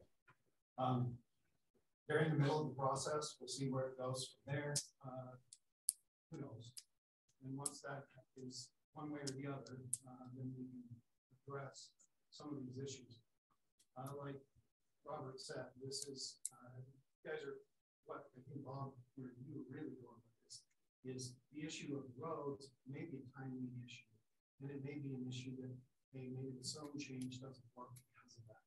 You have the right in a legislative matter to accept or deny any legislative matter. When you do that, you must have findings. Finally, and your findings could be timely. The road access is not timely as far as this goes because of a light or whatever issue. But that's up to you.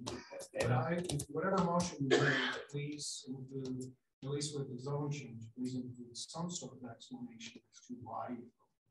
And this property's already been annexed into the city. It's just a Right. area. Yeah, this is annexed. This is just a zone change, but it is a legislative matter. And then if the zone change is complete, it's a favorable recommendation, then it becomes the subdivision. At that point, that's where it's an administrative matter. And as a matter of course, it goes through. Okay, are we ready for a motion?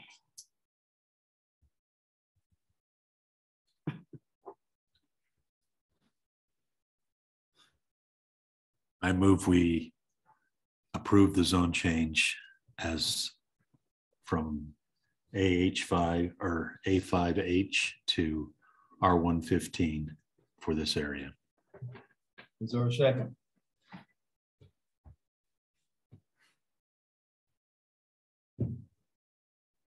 It'll die if there's no second. Yeah, it'll die if there's not a second.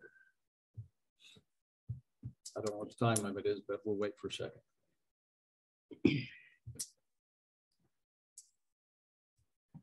I'll second it. We can go to a vote. Okay. The motion has been seconded. I will start at Council Postcard. Do I need to state a finding? Please do. Okay. Based on my finding, I think that there's, excuse me?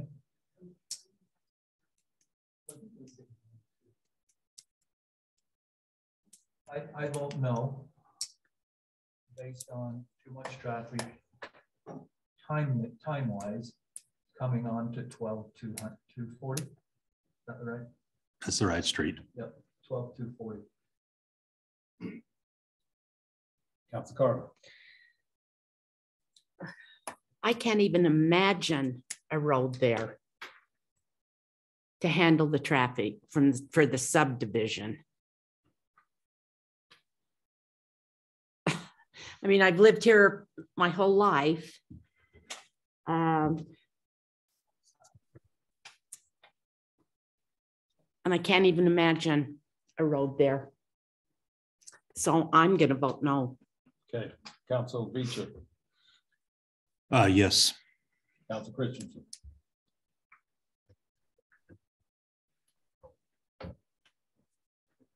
Well, like I said, I'm torn. I'd love to see the property develop with large lots like it is, but I don't know that the road can handle it. It's choppy. It's not smooth. It comes off. There's a hill right there. There's a pavilion. I'm with Council Proscard on this. I'm going to have to go with a no until we can find a timely way to get that out. The light at the other intersection might constitute it enough, but we've got to have both egress. Okay, if your vote's no, then so no. The motion fails. That's right. Motion failed. Okay, going on number 4. Can't do it. No, I'm gonna. What's that? It's we have to act on it. Do So we you not? need It's on the agenda. a motion, whether it's for or against or remand. Yeah, we have to act on it. Okay, I move that we remand the Spring Lake preliminary plan until the zone change is positive. I'll second that. Okay, there's motion that's seconded, starting with Council Christensen. Yes. Council Beecher. Yes. Council Carter. Yes. Council Proscard. Yes. Okay. Mayor, Yes. can I say one thing? What's that? Can I say one thing? Yeah, just make it short and sweet, please. Say what? Just make it short and sweet, if you would. Well, I can't help but to, yeah, I'm going to probably file a lawsuit this week. I meet every requirement. This isn't about personal decisions of I don't like this or I don't like that from council members. This is, does Rob McNeil and his subdivision meet Payson City requirements? That's what this decision is about. This is not about personal decisions, whether, you know, my car can go down that road or not. This is saying, okay, residents, we can live here, but we don't want anybody else to live here. And the county says, yeah, we'll follow the direction of the city. I will approve my land for the property that I own. Well taken. We'll go ahead, and I appreciate your comment, but let's move on. Appreciate it. Number 5, a preliminary plan and final plat for WICP Payson Tech subdivision at 1130 North Main Street. Mike. So as the mayor stated, this is approximately 1130. I don't know why I have south and north on there, disregard that. It's 1130 North Main Street. These various parcels here would be consolidated and then created into a 4-lot industrial subdivision. I'll show you a map of that in a moment. Currently it's zoned I1, and so it meets what an industrial area would be for this subdivision. There's 3 outstanding issues that would not affect you making your decision tonight, but we would recommend that the plat being recorded be contingent upon these issues. And these are all outside of, well, 2 of these are outside of the city's control. The first one is that the applicant must receive approval from the U.S. Army Corps of Engineers on wetland areas in the northeasternmost portion of the proposed subdivision. Secondly, the applicant must receive approval for a right-of-way access onto Main Street from UDOT. And then finally, this last one is just in the applicant's hands, is that they make sure that they meet all of the red line comments that staff have had prior to recording the plat. So let me show you where the area is. Here's a large Google map aerial. Let me zoom in so you can kind of get a better idea. For old timers, it's Wayne Brown's roping barn. Oh, thank you. You can see this is the. I needed that. Thanks. You're welcome, and I knew you did. I had to look a long time to figure it out. This is the sewer treatment plant here. Right up here is Geneva Rock, and so you can see the pinpoint here is the applicant's property. So let me zoom in on that for you. To the south here, you can see the bowling alley there. The applicant owns a rectangular bit of parcels right up here. And so that would be those parcels that are identified here. Is it adjacent to the Geneva Rock Yes. property? So this would be them, that would be the start of the other. Yes. Okay. Does this have, I'm just looking here to see, I know that Geneva Rock has been working with council or with staff on their, do they have a road through the middle of theirs, or has that been eliminated? How is that? They don't have a road through theirs. Between, Yes.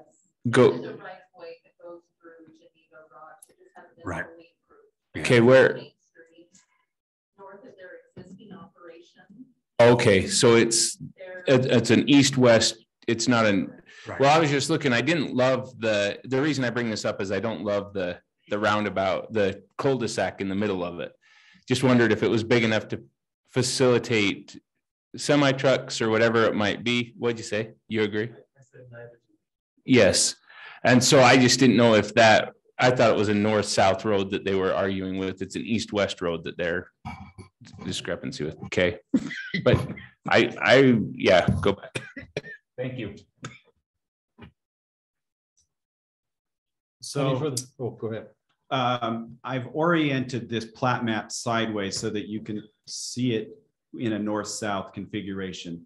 So these are the various parcels that I mentioned to you before, and we showed with the pinpoint on the Google map. Geneva Rock is right up here in the northern portion of that. And this is North Main Street right here. And so the subdivision would look like this if you're orienting it onto this parcel. So the cul-de-sac would come in here from the western side of North Main and make a cul-de-sac to the center of the parcels, and then there would be a 4-lot industrial subdivision.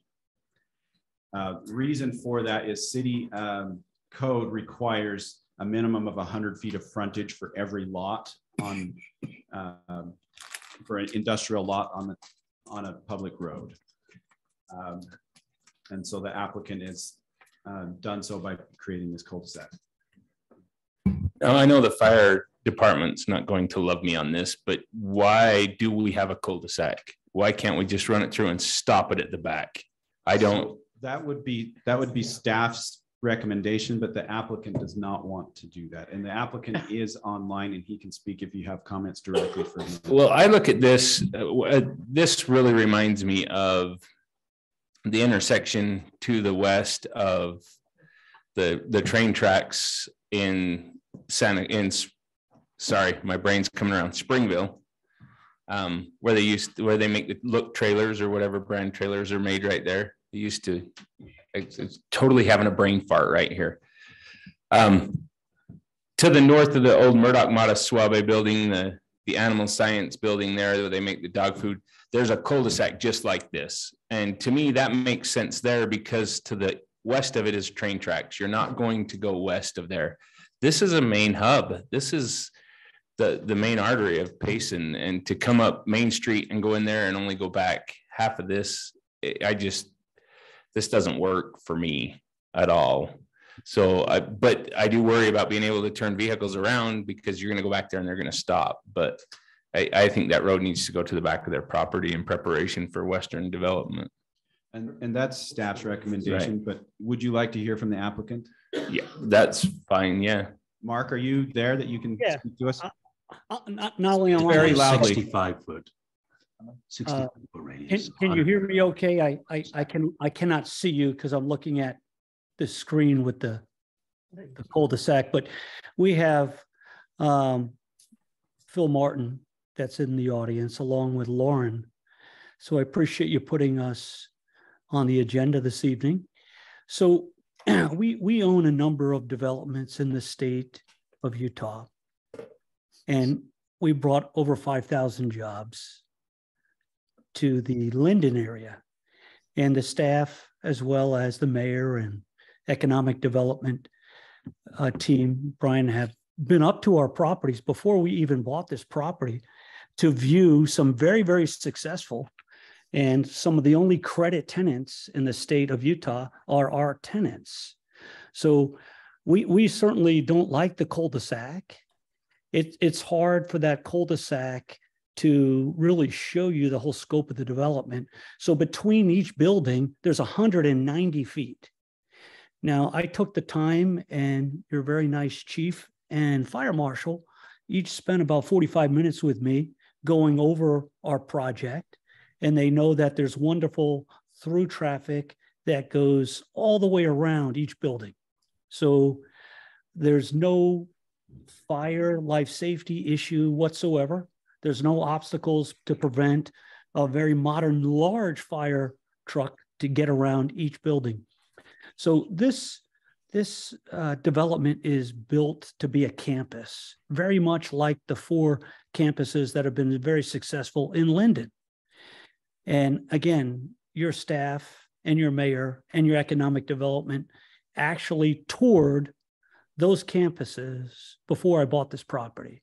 And they said, and I quote, if you could bring what you have in Linden to Payson, we would love it. So we really don't want through traffic to allow public to be ripping through the park. We want the tenants to be protected from high-speed vehicles. we really would like that cul-de-sac to go away and just have it be a road that would end and terminate. However, the way the code is written, it's really a residential code in your community. Right there. So we would like that. We would like to address the cul-de-sac here, design at a later point. And before we're done with the development, we would respectfully ask that the code be changed, that road shouldn't be a public road, it should be a private road. The city has enough expenses with your adjusted budgets and line items. You don't have to pay to maintain a road that I would maintain for snow removal, for maintenance of sidewalks, for maintenance of curb and gutters, for maintenance of asphalt. That should not be the city's responsibility. That should be my responsibility. Now, the only reason we did that was to comply with your code. So why do we want 4 different lots? Well, each building will cost about $15 million to build. So we might have a different bank on each building. We also want the right to be able to put each building in a separate LLC without condominializing those properties, because those properties have the right to be afforded the LLC protection that any other business in the state of Utah has. So for that reason, we wanted each to be its separate plat. So we have plenty of time to make this perfect. Even if it was private, we would still grant easement to fire and police to use. Even if we own the property to the west to expand, as you very astutely, noticed, that's where we would expand to.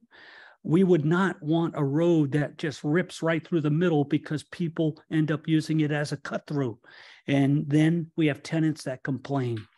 So we've been in this industry for 35 years. We know kind of what works around the country.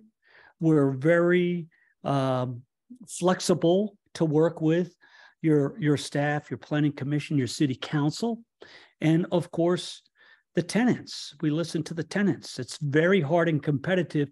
Today, we made a proposal to bring in a tenant where I'd have to spend $20 million to build a facility for them. They'd bring in about 75 really high-paying jobs, okay, which would play right into some of the economic development that Brian's working so hard on. And for that technical college you're putting in, and employ part-time UVU students someday at that campus. So for those reasons, we have to comply with what they want and what that tenant would want. They asked, can you fence in the whole property? And I said, well, we develop in other states.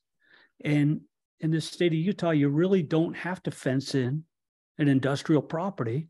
There's less crime. There's less through traffic. So for those reasons, we really don't want to fence it in.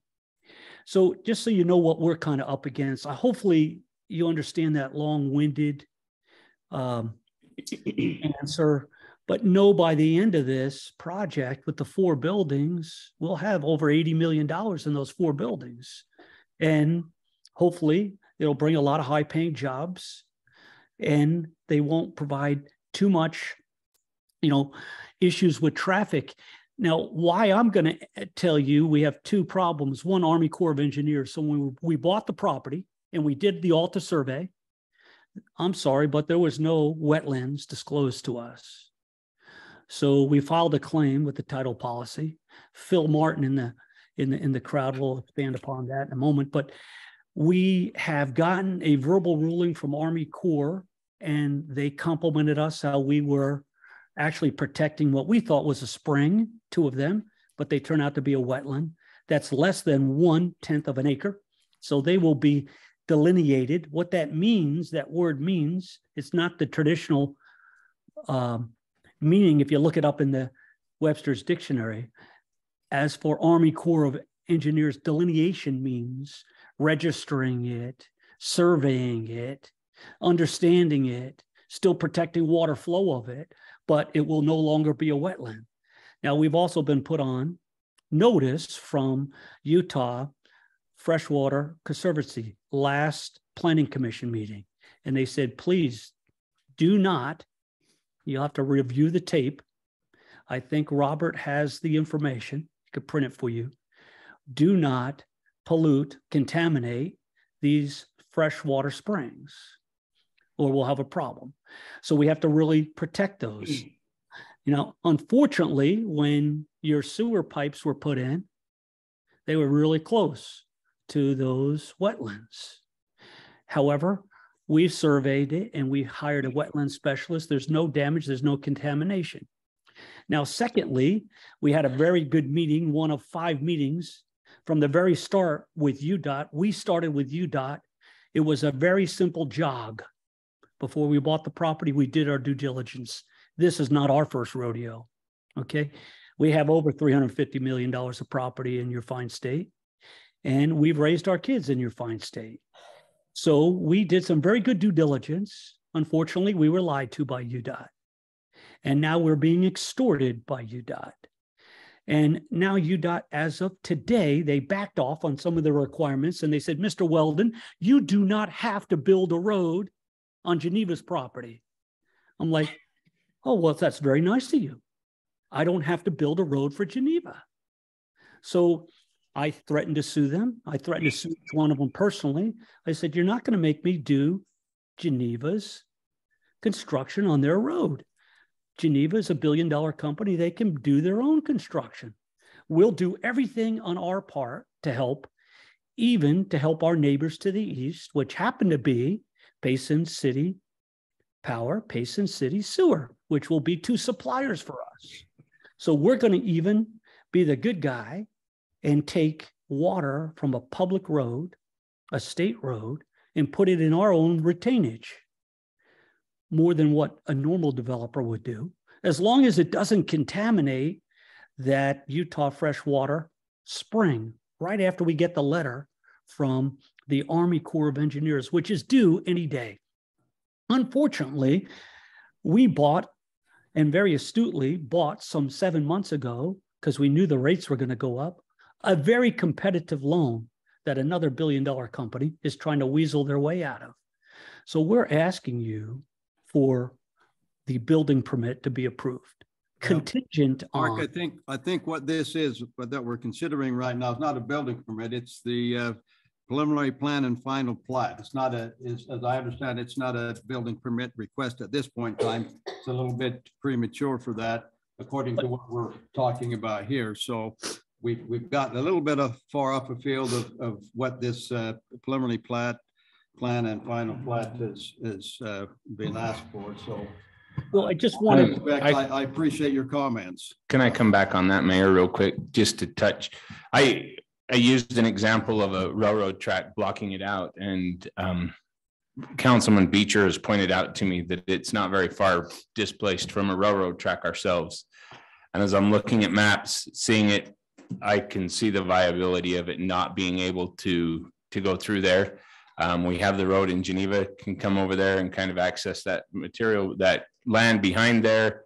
2 more of these developments would be all the way to the railroad tracks. So I'm not super opposed to the cul-de-sac. I would love to see maybe in your design, when you're actually putting the buildings in there, set them back a little bit. Things do change.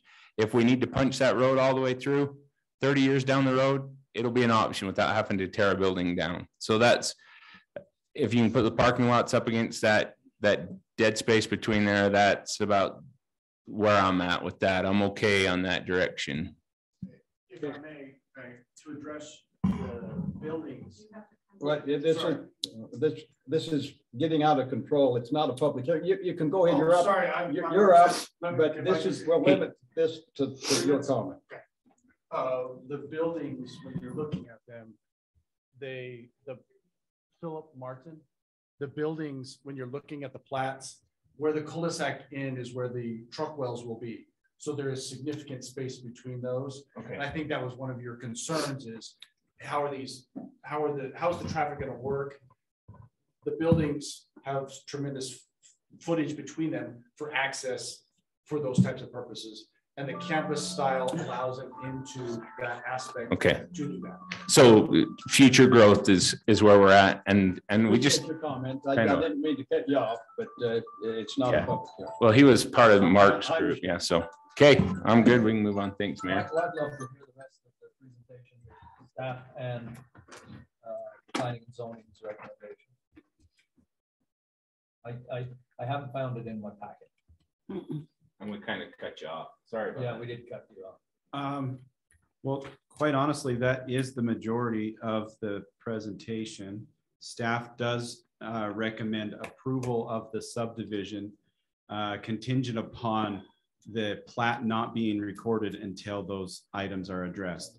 The Army Corps of Engineers, the UDOT access, and then addressing the red lines on the submitted plat. And somewhere it talked about boundary line agreements. That was the issues that staff have on the submitted plat, was that the boundary line agreements be addressed. Oh, is that the red line? Okay. Yep. Okay. We've got those. I forgot to bring them to. And that's something staff will work out with the red line. Yep. Okay, I believe we've had a fair amount of discussion. So I'm ready for a motion. Mayor, I would make a motion that we approve the preliminary plan and the final plat for the WICP Payson Tech subdivision at 1130 North Main Street with the following conditions: that staff's requirements of one. Do I need to list them all? It's all here. And also, just since it's not right there, or maybe it is that they follow the red line approval of staff recommendations. Which is normal procedure, right? Yep.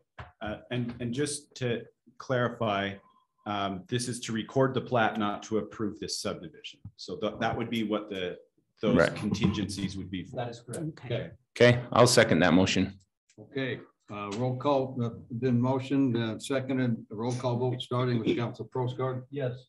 Council Carter. Yes. Council Beecher. Yes. Council Christensen. Yes. Thank you. Welcome to Payson. Yes, we are excited for you, just trying to make sure we've got everything covered.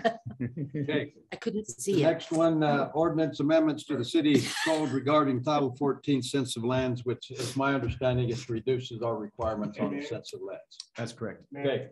Sorry to cut you. I know it's not a public forum, so I won't say anything. But I have your permission to come up and shake those guys' hands. No. Yes. After the meeting. Well then. Okay, thumbs up's good enough. Okay, go ahead, Mike. So I'm just going to read Oh, sorry. I'm just going to read the staff synopsis. I don't have It's what? a presentation on this. It's a fairly simple code amendment, but let me just briefly read this. And then if you have questions about what's being recommended, then we can talk about it. Development Services in cooperation with the engineering has drafted an update to the current ordinance regarding development near delineated wetlands. The current ordinance mandates a minimum 50-foot setback from the edge of a delineated wetland. After researching what neighboring cities require, we discovered that the 50-foot setback is not uncommon. However, other cities have an option to reduce the setback by meeting additional standards. The following ordinance update adds provisions to reduce the 50-foot setback to 10 feet easily and gives additional guidance to reduce the setback to 0 if needed.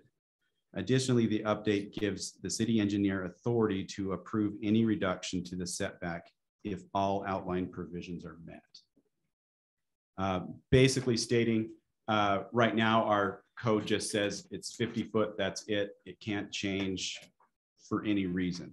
And what we want to do is to be able to reduce that if it can be shown that it's not going to be an impact on that wetland, or even bring that all the way to 0, provided that no contaminants or anything would be getting into that wetland. They would be retained and drawn away from that. And that's the gist of what the code amendment says. Gives you some flexibility. Yes. Can I ask a quick question just to protect our engineer, to make sure that he's not we're not setting him up to be sued if he does say, no, it doesn't meet this, he stays at the 50 feet. There isn't a loophole that somebody can come back and sue him personally for not allowing that? Okay. the listed standard. Just watching your back, Travis. You're welcome. So in order to get down to, and basically to get the 10 feet, it's just provide a minimum 10 feet undisturbed natural buffer, show that all physical improvements made to the site will be sloped away from limit of the delineated wetlands so that no contamination of proposed improvements will allow the discharge into the wetland itself. Okay. That's fairly easy. And Yeah. That can be done fairly quickly in most circumstances. Part of the problem with a lot of developments is you get this wetland that kind of sits in an area where we don't have the ability to give them any leeway. Yeah, well, and if you're 50 feet away from it and it's in the middle of your thing, it could be 100 square feet. You have to make it 110 feet wide, and that's me. That's the other part of this. So if right. you go down to 0 feet or 0 buffer, then you would have to meet 4 different standards. Don't make it any more complicated. Pretty straight. Yeah, no, it is. I just wanted to make sure that the wording was there that was going to protect our employees. So thank you. I appreciate it. Part of that standard is meeting state standards on those kind of things. So it's not. And the Corps of Engineers 404. Exactly. And neither one of those are wimpy things. Yeah, it's not something that somebody's going to get sued over it. No. Okay. I think again we discussed this pretty thoroughly. I'm ready for a motion. I'll make a motion that we approve the amendments to the Payson City Code regarding Title 14 sensitive lands. Okay, we have a motion been seconded. Roll call vote, starting with Council Christensen. Yes. Council Beecher. Yes. Council Carter. Yes. Council Probst. Yes. Thank you. Motion carries. E will adjourn to a closed session. I move that we adjourn to a closed session.